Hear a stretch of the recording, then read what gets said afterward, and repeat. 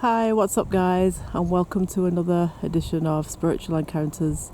So we're up on the top of Winter Hill once again, and we're having a look out for our cryptoid dogman, who are right on the tops of Winter Hill, so we're in a quite a remote region with just the one road going through, so you might be able to hear one or two cars. So Andy, what are your thoughts on this situation so far? I think when we first started doing it, I think we weren't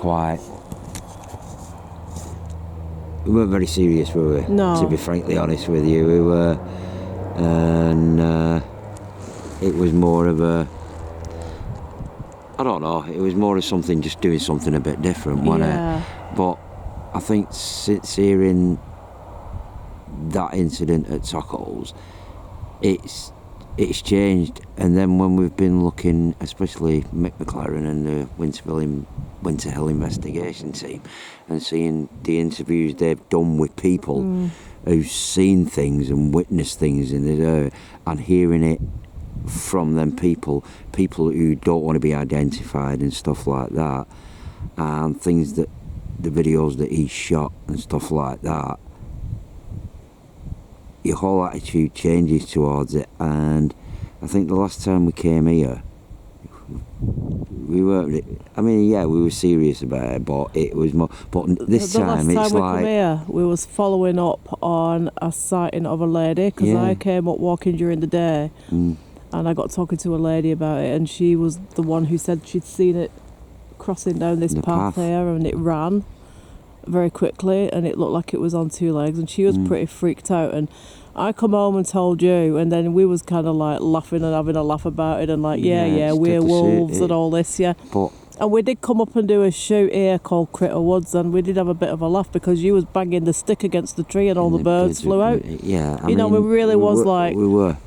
were messing about. We weren't really taking it seriously that night because we were very sceptical. We was like, until the Tockle shoot, when we actually witnessed the sounds for ourselves. So now, one night a week, we're going to go to different regions on the tops here of Winter Hill and just see if we can pick up any strange sounds or anything at all, really. But the thing is, when you start, because we've never really looked into it, have we? No. We've looked into it, and you look at the amount of witnesses, interviews with people who've caught glimpses of whatever it is, you suddenly start to think then there is something there, and these people are quite credible people, you know what I mean? And you will get the odd one that you think, nah, but you're like, there's obviously something about it. You know, people are seeing these things, and then you think, what would we do if we did? Well, this is the thing. How would it change? It would change your whole. I think it would change you, because then you suddenly realise, my God, there's things walking about that we have no idea what they are, where they've come from, where they're living, and how they're surviving. But there's a lot of disused mine shafts in this area. There's a lot of disused mine shafts up the top here, so I think that they're probably able to hide out and shelter in them places. The paranormal side, I know the stuff there, because I've witnessed stuff.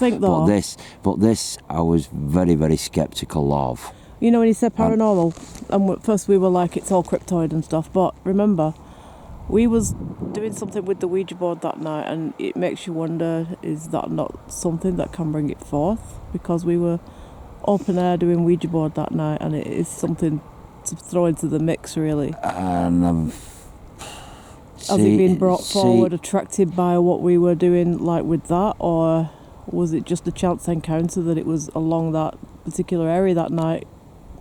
We don't know. But I think it was the week before I did a ritual of conjuring something. Conjuring Astaroth he did at home. And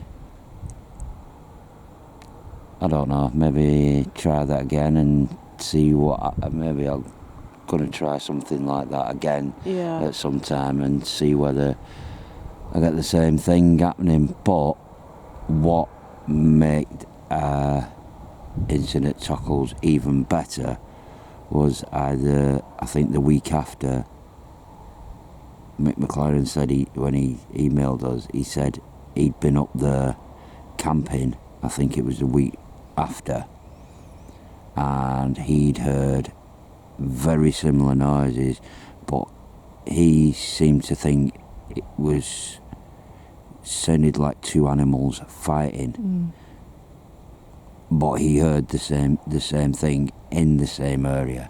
Now, we've sort of looked, and there's been quite a lot of people who've heard very, very similar things to what we heard. Yeah. And it just makes you think, well, and sometimes you think, well, and then you've noticed now that door, that lock on the well house, which was, how many times we've been up quite a lot of times, and it was locked, it was always locked with a solid padlock. But it looked as though it had been like, the padlock was still on, but it had literally like been ripped off. Do you know what I mean? And you think, not a lot of people go up there at night, so.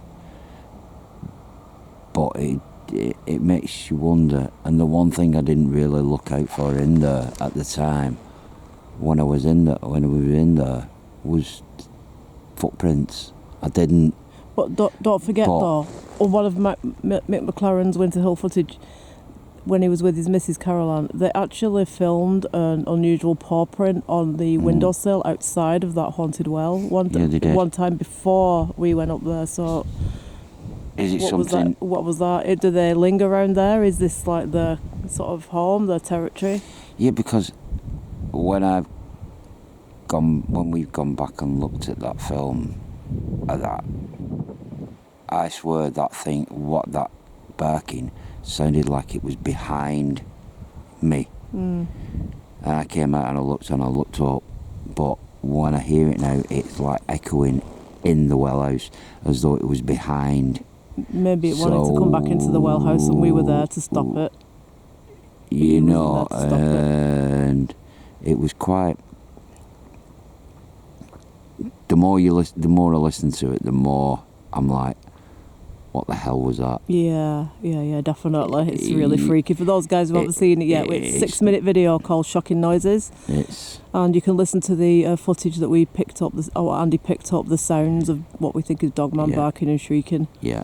It sounds like Jurassic Park. It's really scary. It's well worth a listen. I think our only regret is we turned the cameras off and the torches off, and I think if we'd have let, but at the time it was something we'd never experienced before, something like that, and I think in a way we didn't really want to bring any attention to ourselves. We wanted to basically disappear, didn't we? But we knew we couldn't go anywhere, because if we went anywhere we'd have had to put the torches on, whatever at the time, whoever or whatever it was would have known where we were.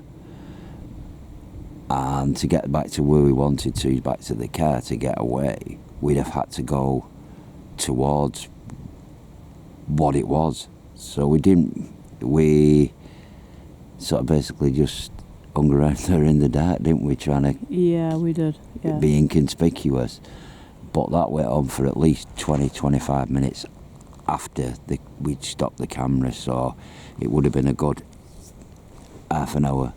So what we need to do is 30 minutes start. Organise a camp out with Winter Hill Paranormal Investigation Team and Ghosts Beyond if they want to come, and anybody else who's interested in this kind of research in the area. We all need to sort of, I think, safety in numbers, and if we organise a camp out at the Haunted Well at Tockholes, I think we can probably then break off and go in different directions, and then we can all group together if we pick something up. Yeah, I just think what if we got a few, maybe 5 or 6 people all together in total, going out one night, we could all, not far from each other, but we could all have like within range, all have camp in a different area, maybe meet up and then go back and see what we pick up overnight, you know, and each leave a camera running and see what we get, because that'd be quite good, because if something did happen we would all be in the vicinity to be able together, to, you know, phone wise or contact wise to be able to contact. Just going to show the guys where we are tonight. Literally right on the top of Winter Hill. There's a television mast. I'll just get my head torch on. I can give you some more lighting while we do this. What was that? Did you hear a whistle? Did you hear a whistle? I did, yeah. Look up there and see if there's anyone coming. It might just be somebody coming down. Probably wants to know what we're doing. I definitely heard a whistle then. We'll have got that on camera anyways. Alright, so these are the kind of sounds that we like to listen out for, just in case. It might just be someone with a dog. So we'll keep quiet. And it's a good night for stargazing anyway. So let's just film around the area for a little while. Someone with a dog. They're coming this way. Alright, it's alright. As long as we know in it.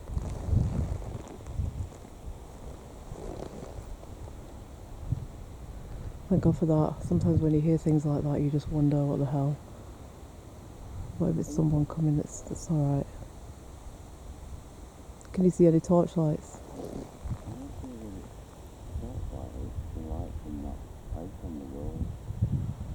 Well, we definitely had a whistle. No, unless it's someone going along the main path with the dog and they've not cut off and come down here. Perhaps. But if they do anyway, we'll just explain what we're doing. Because you never know, local people will tell you what they've had, like, sightings and all that anyway. Yeah, so what we've done is up there, we've set up a pair of red torch lights to mimic, like, eye shine. I know it looks a bit blurry on camera, but from where we are sitting right here, it just looks like a pair of red glowing eyes. So we've set up the red glowing eyes up there to, just in case it attracts any, you know, creatures who have that kind of eye shine. I think we've realised now that just sitting in one spot and observing and listening is a more successful way of catching something unusual than pacing through the woods, knocking on trees, scaring the living daylights out of the bird life, and, you know, generally just making a nuisance of ourselves. So, obviously, with every shoot that you do, you learn a little bit more. So right now we're going to go for the watch, be patient and wait, and use our senses, our ears. And we're literally just going off tonight, camera, lighting and ears. We're not using the SLS tonight or anything. We've just got the red eye shine set up, and that's basically the only prop like that we have to help us tonight. So the road is just over there, you can probably hear it, but it is really remote up here. There's only a couple of farms up there, but it's a really, really clear night anyways. It's a good night for you know, stargazing and such. No, I think that was probably someone walking along that top path with a dog. I mean, I don't know, we haven't seen anybody, but... I think that light is constant, so I think it's that house from the road. Okay. So that light isn't somebody. Well, we definitely heard a whistle back there, didn't we? So let's just keep... Yeah, well, the thing is, you know that Bigfoot in America whistles, don't they? Yeah. So I used to say that this is not going to whistle. It was definitely a whistle. I definitely heard that. I definitely heard the whistle. Well, we've got the two red lights. That light there. Yeah, I think it must be from that house because it's not moving. So. Right. Well, the two red lights over there are the two red torches we've set up to produce like eye shine. Now, if something's whistled, what if it's whistling because it's recognising that as eye shine? Oh yeah. because usually when we get people out and about at night, they come over and say, "Oh, what are you doing?" We know, and they're curious, and then they're interested. That's why I put the light on my head torch to let somebody know that. And most of the time, they want to get involved, don't they? When you meet people out, like last week with the two students and the Vinu's the chef, you know that people, they're curious to what you're doing, and then move then. Let's just stay quiet.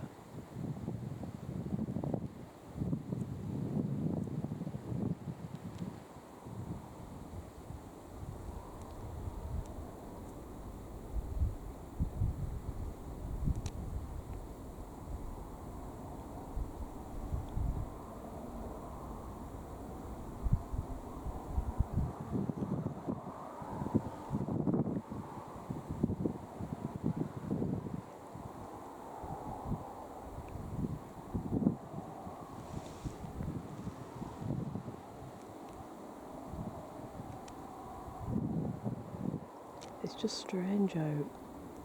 We've heard of like a whistle, and we've set the eye shine up back there, and like we've not heard anything after the whistle. We've not heard any second whistle or shouting for a dog or a voice or a dog, the sounds of a dog or anything running or anything like that. It's just been that one whistle and that's it. Which is what makes me wonder. There's Bigfoot signal with a whistle sometimes. That's been picked up. It's just strange, isn't it? So unless somebody turns up now with a dog and a torch, we don't know what that whistle was, but we've picked that up on camera because it was really loud, that. Now this area, it's all paths leading eventually up to that mast there. On the other side of that mast, if you drop down, that's where Tockholes is, where we had that experience the other week. And down here is all woods, and there's a river going through it. There's lots of like logs and things, you know, so if anything wanted to make a kind of a den, it could. And it's a very clear night tonight, all the stars are out. And like I think we've said before about Winter Hill, this whole region is just such a paranormal hotspot. There's been so many sightings. I think particularly back in 1980, 1981, there were several sightings all at one time over this hill, near that mast and beyond. And also over other parts of Bolton, there was people seeing the same thing in different parts, different regions back in 1980, 1981, roughly when the Rendlesham Forest U.F.O incident happened down south. So there must have been some phenomena going on in Britain at that time, definitely.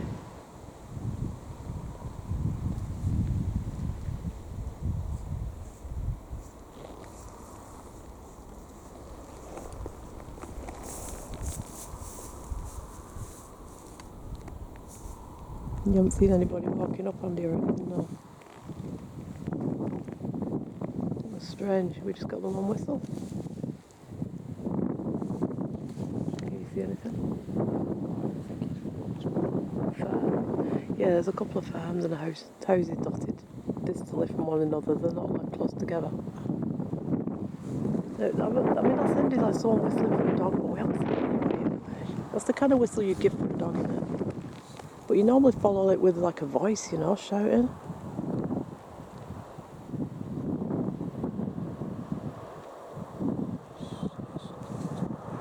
Yeah, I know, a bit odd, wasn't it?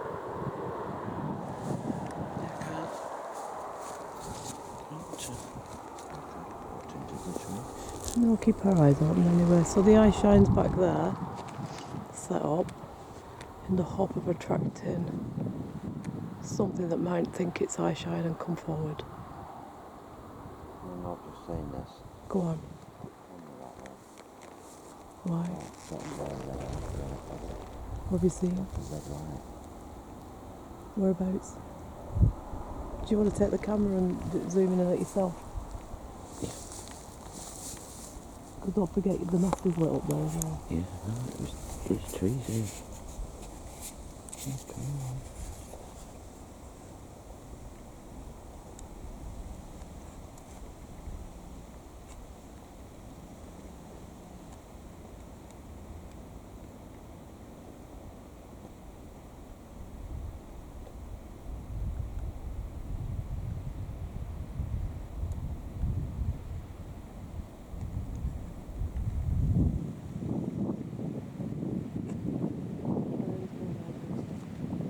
No, it was more than bushes, were it?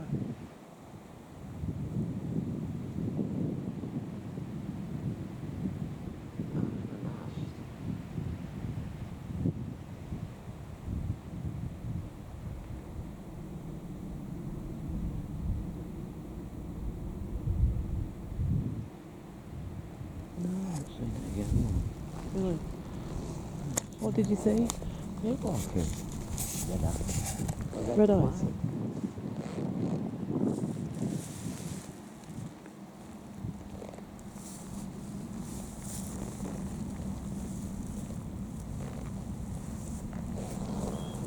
So we just have to keep looking and listening.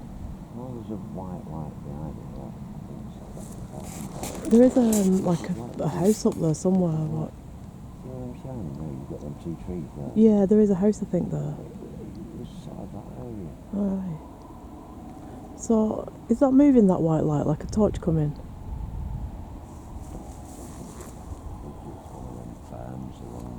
Don't forget, it could have been a car driving up to the farm or something, and then that's where you've got the red light. It's possible. You know, the back lights. It wasn't big. It wasn't even as big as them lights up there. Was it not? No. So I can... Right, was it in the shrubs or was it like... Probably about that night. No, alright, there is deer. But there was only one light, one eye, like one red light. It wasn't crazy.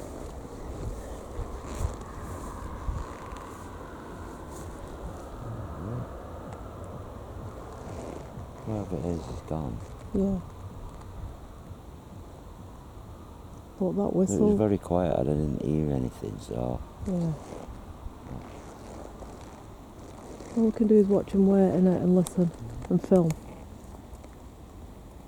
And if you guys at home pick up something, sight or sounds that we don't pick up, then please let us know in the comment section.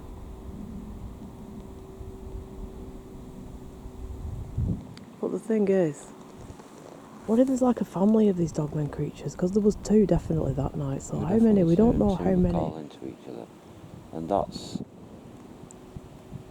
the thing that got me. It was like it was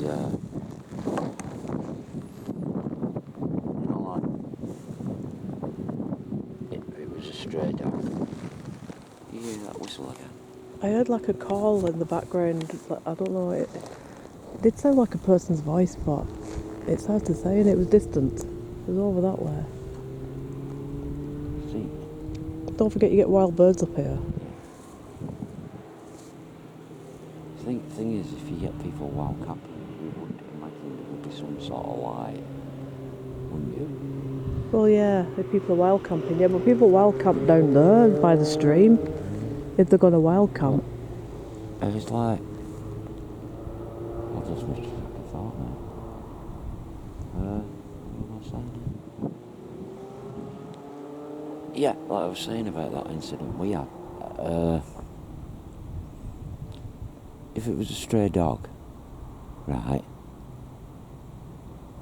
what were the chances of 2 stray dogs yelping at each other? But they were shrieking though, weren't they? If it was a stray dog, yeah. No, I was checking the eye shine was still on. If it was a stray dog, it would have run towards us. Do you know what I mean? The thing is, for me, because you've got to remember they've got that sense of smell. You know, like that's why they have these drug dogs for sniffing out stuff. So it would have come towards us, even whether we had lights on or not, which we had torches on. It would have come towards us. If it was a nasty dog, it would have come towards us because it's on that sort of thing, wasn't it? It would have headed. When I come out of there, it would have come headed towards us. It didn't want. It was like it was lost. And the other one was calling to it to come to it. So for me, it sounded like a dog howling with a really sore throat. yeah, and the one thing I can say is it wasn't a stag. Oh no, they don't make them noise. They make more of a grunting noise, don't they? Then you've got that footprint. And we found that by accident, really.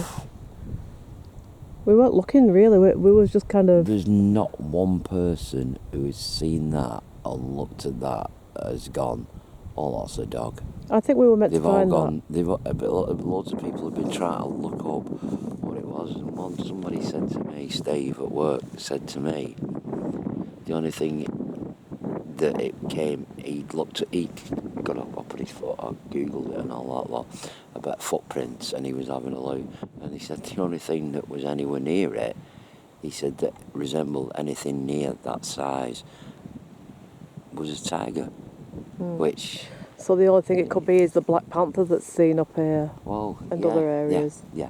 Because the black panther is a real animal that it's around. It's been seen because when we watched the Mick McLaren programme about the Beast of Winter Hill, the wildlife expert that came on said that there were wild animals in Britain after 1976 because the government banned people from keeping them as pets, so everyone released them into the wild. You see, and some have survived it and bred. Like the black puma has managed to survive. And what it's me, these animals have learned to live with us, because as far as I'm aware, I've never known, I've heard people see them and I've heard people have experiences with these animals, but I've never heard of anybody being attacked. No, I haven't. I've heard people being followed. I mean, there was that incident of the one up at Rivington Pike. Was it a couple who'd got lost? Yeah. Coming down. Oh yeah, the dog. And that dog followed them down and sort of guided them down because they had no torches. They had no torches, and the dog sort of guided them down. And when they got to the bottom, that dog had just gone. Yeah, it did, yeah. So there are some unusual things. The camera whistled on it. They also had that other incident with the women who were walking down. That was on the other side. It was just at the back of there. At the Jubilee. Yeah, but it was at the other side of that mast, exactly where that happened. They were walking up to Rivington Pike for the Queen's Jubilee a couple of years back. But when they were coming back, that what they said was going from one side to the other. They said they thought it was a big black woolly sheep at first, running on four legs, and the dogs were chasing after it, barking like crazy. But it didn't attack the dogs. No, it didn't. It ran. Attack them. Yeah. It was as though it was helping them down. Yeah, it was run. Yeah, maybe there is some kind of a protective spirit guide animal up here then, or something. I don't know. But you know what? When George Henderson got shot up there, right, in 1840, what if that gamekeeper was shooting at an animal that he thought maybe they'd seen the dogman and was thinking that he came across the moors and perhaps thought he was the dogman and shot him, because it's unusual for a man to be shot at noon over the tops here, really, isn't it? By accident, I mean, look at the wide open space. So what happened, we did do the Scotchman stump, and we are going to go back up there before Christmas and do it again, because it's up there where the Red Mast is. There's a grave marker where in 1840 a man called George Henderson got shot at noon. He was hiking over the tops down towards Manchester, and we didn't really get to the bottom of what happened and why, but this was all Ainsworth's land, the owners of Smithers Hall at the time. So the speculation was that the gamekeeper had accidentally shot him, thinking it was a wild animal or something. But I'm thinking, if this dogman creature's been around for centuries, right, and they'd seen it already, and they were up here looking, and they'd seen something coming across on two legs and shot it, and then accidentally realised afterwards that it was a man that they'd shot. Yes. You know, possibly. Unless they're up here shooting deer and they just thought it was a deer coming over. I don't know what happened. They never got to the bottom of that particular story. And we've done a couple of paranormals up there and we haven't had any answers, so we need, it's one of them cases where last time we were up there we were covered in snow, we were scraping snow off the camera lens. You remember? Winter solstice or something, and we didn't get back up there for summer solstice because of one thing and another. What happened summer solstice? I ended up going out for a meal with 2 people, didn't I? And then I had that much treacle sponge, I fell asleep, and then we missed the entire flipping shoot. So that was all my fault. We're normally up here at solstice, aren't we? We missed the whole thing. Slid down that hill. What, in the snow? Yeah. Because we were in such a rush to get back to the car, obviously. Well, it was getting thick, weren't it? Allison's a lot quicker than I was. Yeah, but it was like getting real. I mean, when it snows up here, it comes down pretty fast and heavy, doesn't it? Missed my footing and slid down the hill. Yeah, because you were like, when I looked round, you were like 3 miles behind you. You were dragging your leg, and I'm thinking, I'd slid down the hill. What the hell? And then I realised then that you must have tumbled down the slope, and I missed it all. I think.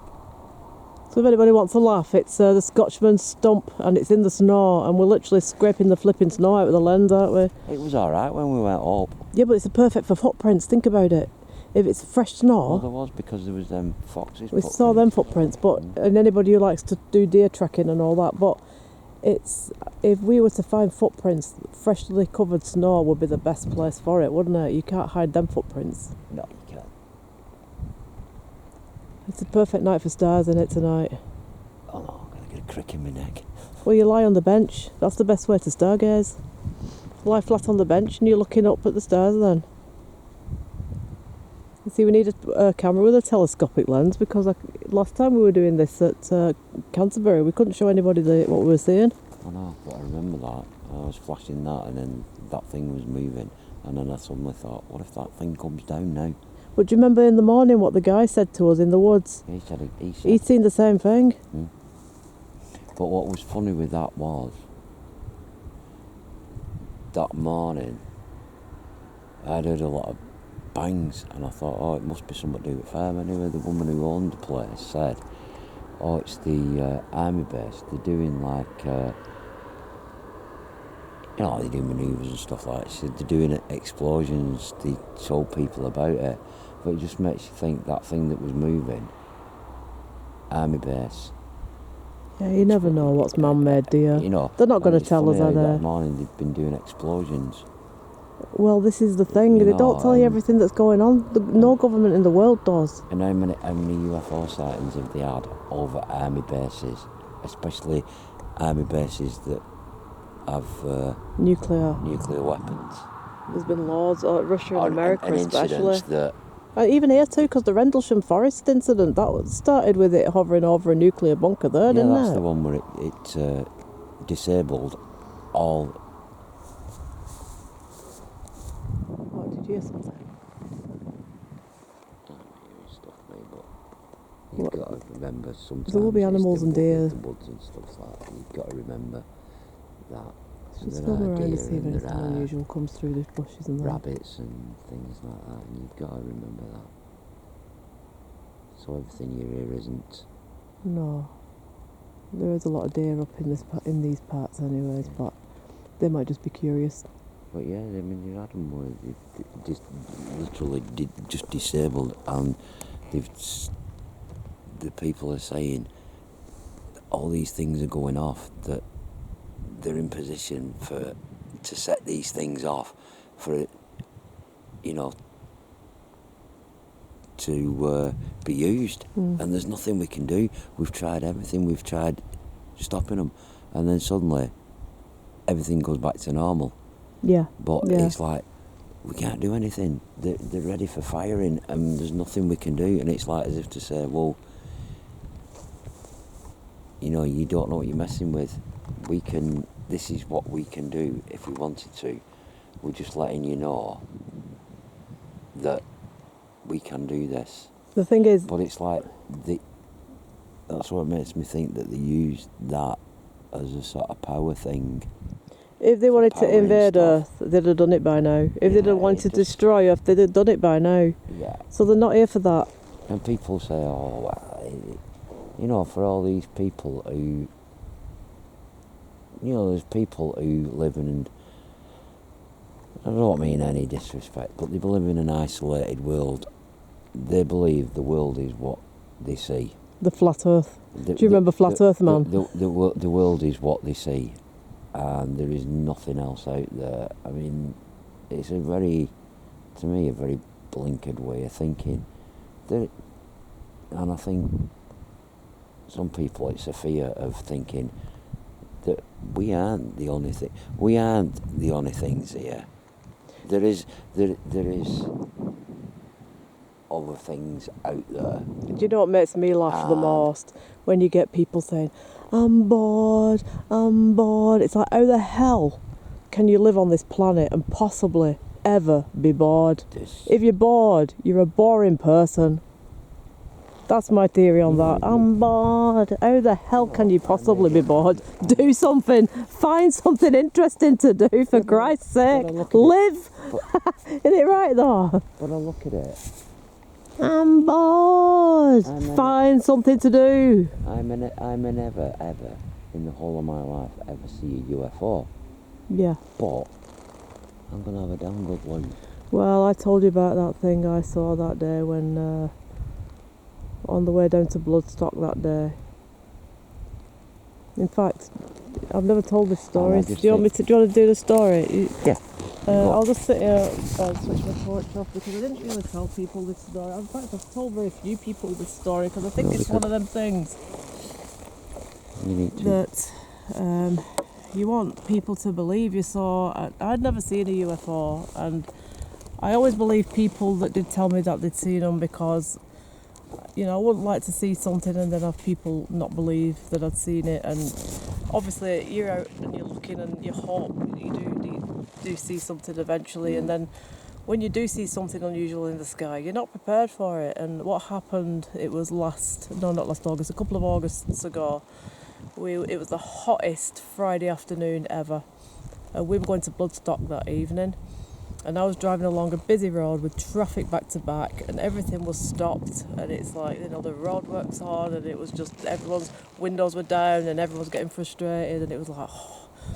And in the distance you could see something red and shiny coming along, so I'm thinking, alright, it's probably a helicopter or something. And as it got closer, it got bigger and bigger and bigger, and it was shaped like a red metal Christmas cracker shaped with the brightest lights like these on each end. And I remember looking at it and thinking, those lights are as bright as the sun, and the sun was like right up, and I was thinking that those lights on the end of that is as bright as the sun. Now this thing, that's what it looked like, right? It was making no sound, and it was a tumbling motion, and it was coming straight over, and everybody was leaning out of the cars looking, and everyone was looking, and there was vans and they were all leaning out looking, everyone was looking up, and everyone was looking at each other to see if they were all seeing the same thing. Now this is Friday afternoon on the hottest summer's day in August at 3 o'clock in the afternoon. The traffic's back to back, and all I could think was, why is that thing coming over now when it can be seen by all these people? So everyone was just like staring at it, and when the traffic started moving, I pulled over quick, got out, looked, and it disappeared off into the distance, but it was huge. I mean, it was like, I can't explain. I'm hoping that on some of these paranormal UFO programs that somebody else in the world has seen a similar thing, because I couldn't speak for a while after that. I come home, I was getting ready to go to Bloodstock, and I was quiet, and I'd not told Andy because I couldn't quite know what to say, you know. And I googled and looked if anybody had put any footage on, because people was filming it on the phones and all that, and I'm thinking like somebody must have caught something. And we were driving down to Bloodstock and we pulled at services, didn't we, for a cold drink, and I was really emotional. I said, you know what, I've seen something today, my brain can't process it, I don't know what that was. And I described it all to Andy, and Andy was like, well, you must have had a UFO experience. I said, yeah, me and all those other people, so there's got to be something. All weekend we were at Bloodstock seeing the bands and what have you, but we was googling, looking, checking, there was nothing. When I come back to work on the Monday, a friend of mine, Ashley, who's really big on Bigfoot and stuff like that and UFOs, and he does this stuff all the time, he watches this stuff constantly, he said to me, you know what it is, Alison? If people have got footage and they put it on, somebody working for the government is going on and deleting it all off straight away. He said, because it happens with Bigfoot in America. People have found Bigfoots.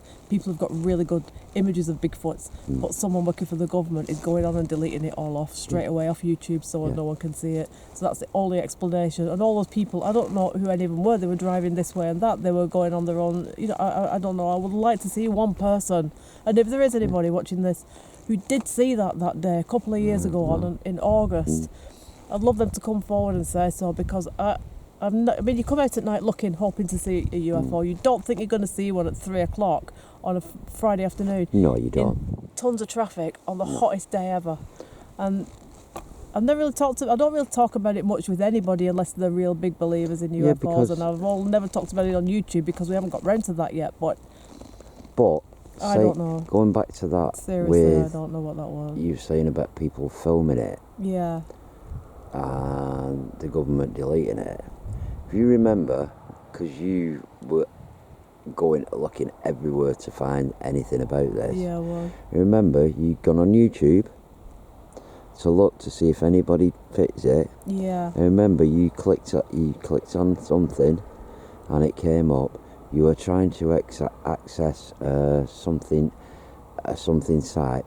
Please leave this. Please leave this. Leave this site immediately. Please leave this site immediately. Yeah, it was like that was it. You do not have access to this site. Please leave this site immediately. Yeah. And it was like, what is going on? Because I remember you showing me, and I thought,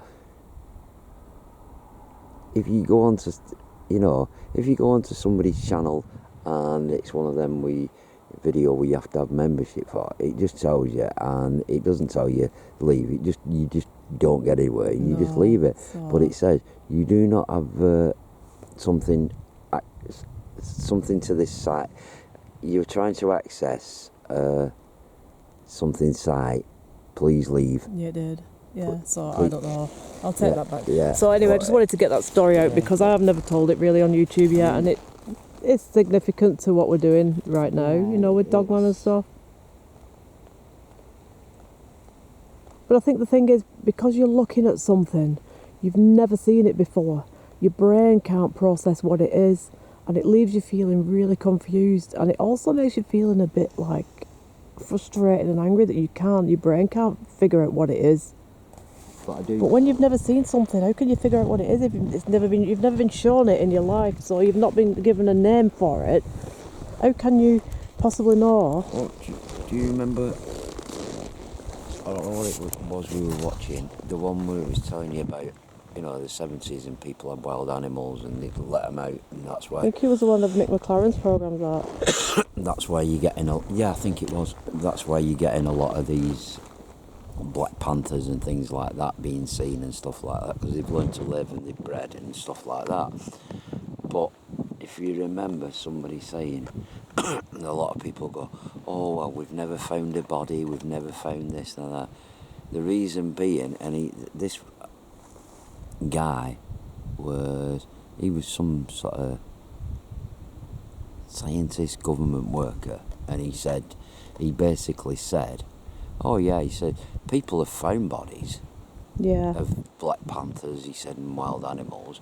He said, but as soon as they ring up, they're told to stay where they are with it.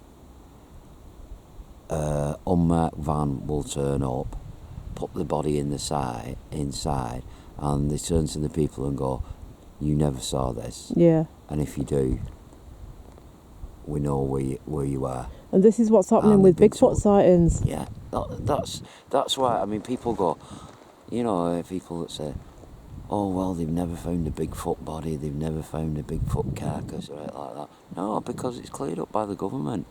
Well, do you know what I'm thinking, right? Expedition Bigfoot, the scientists and professors that are out there in the States looking for Bigfoot. Now, on YouTube, there is some footage showing that the lady, the doctor, I can't remember her name exactly, she has got absolutely first-class footage of a Bigfoot stepping from behind trees, right?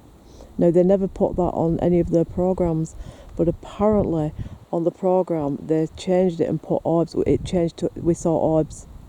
So have they been told to change the footage to orbs?